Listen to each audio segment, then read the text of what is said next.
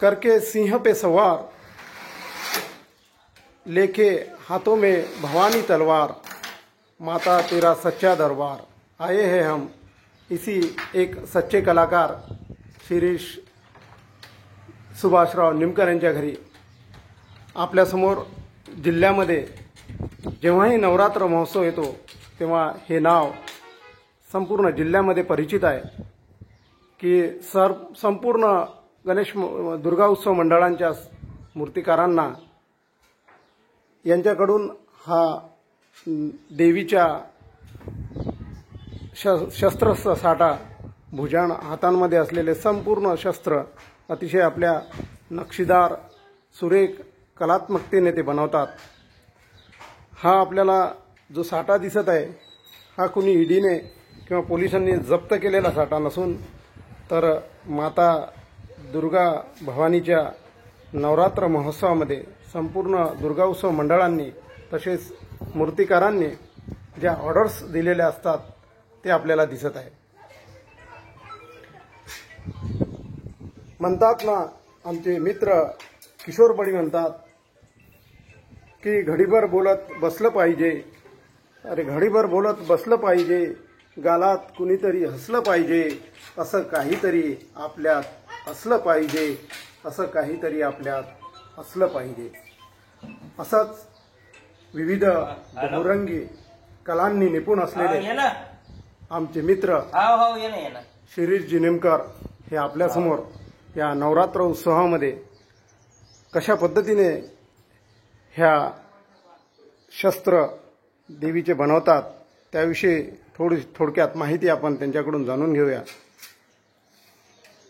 शिरीष भाऊ, आपण कलेच्या बाबतीमध्ये निपुण आहात, बहुगुणीय व्यक्तिमत्व आहेत आणि त्यामुळे संपूर्ण नवरात्रामध्ये आपण शस्त्रास्त्र साठा बनवण्यात प्रसिद्ध आहात। तर आपल्याला हा छंद नेमका कशा प्रकारे जडलेला आहे? हा छंद मला बचपनापासून आहे। बरं। आणि बचपनात मी मातीचे छोटे छोटे मूर्त्या पण करत होतो। बरं। त्याच्यानंतर मी मुंसाजी शारदा उत्सव मंडळाच्या 3 शारदा देवीच्या मूर्त्या पण बनवल्या। म्हणजे तुम्ही मूर्तिकार पण आहात? हा, मूर्त्या पण बनवल्या मी। म्हणजे नेमकं मूर्त्या बनवताना तुम्हाला ही कला आत्मसात झाली असं म्हणण्यास काही वावगं ठरणार नाही। त्याच्यानंतर मी हा छंद बाळगला की आपल्याला ते वास गीत सहन होत नाही ना। बरं। त्यामुळे मी हे शस्त्राचं काम करत नाही। बरं। म्हणून बरं, हे जे शस्त्र तुम्ही बनवता तर नेमकं असं इथून याला जो माल आणावा लागतो तर हा नेमका तुम्ही कुठून घेता?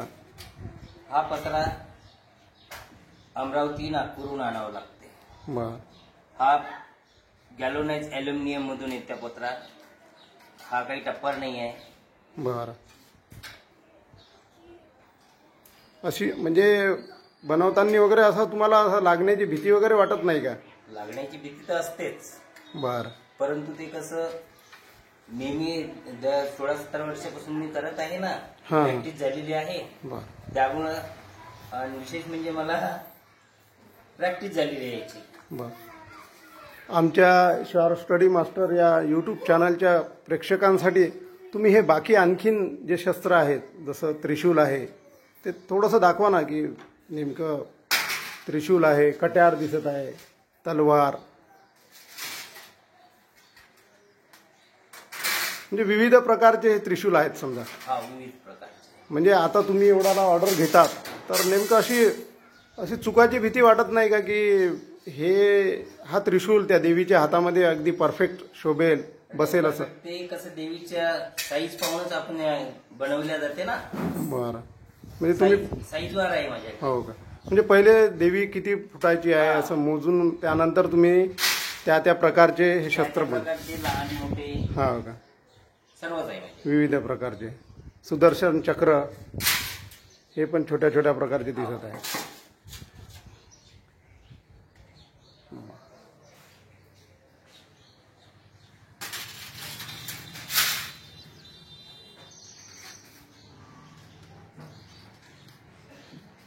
तर नेमकं या छंदामध्ये आपण किती प्रमाणात म्हणजे आर्थिक दृष्टिकोनातून याच्याकडे पाहता की एक प्रकारचा छंद म्हणून तुम्ही नाही, जोपासता? नाही, हा माझा छंद म्हणून. बर असं नाही का आपले इतकीच पैसे आले पाहिजे तितके काही नाही, असं काही नाही. आपला पत्र्याचा पैसा निघाला बर बर आणि आपला छंद म्हणून बाळगतो. बर म्हणजे नेमकं एक धार्मिक सहकार्य हा. मूर्तिकारांना नवरात्र दुर्गा उत्सव मंडळांना व्हावं, हा. हा आपला एक धार्मिक हेतू, सामाजिक हेतू आहे. बर, तर निश्चितच या नवरात्रामध्ये आपण अशी माता जगदंबे चरणी प्रार्थना करूया की आपला हा छंद निश्चितच धर्मकार्यासाठी अतिशय लाभदायी सहकार्य हो, हीच माता चरणी प्रार्थना करूया. आणि तुम्ही आम्हाला, आमच्या या प्रेक्षकांना जो आपला कलात्मकतेचा नमुना दाखविला त्याबद्दल आमच्या चॅनलच्या वतीनं आम्ही तुमचे अतिशय हार्दिक आभार मानतो आणि इथेच थांबतो. जय माता रानी.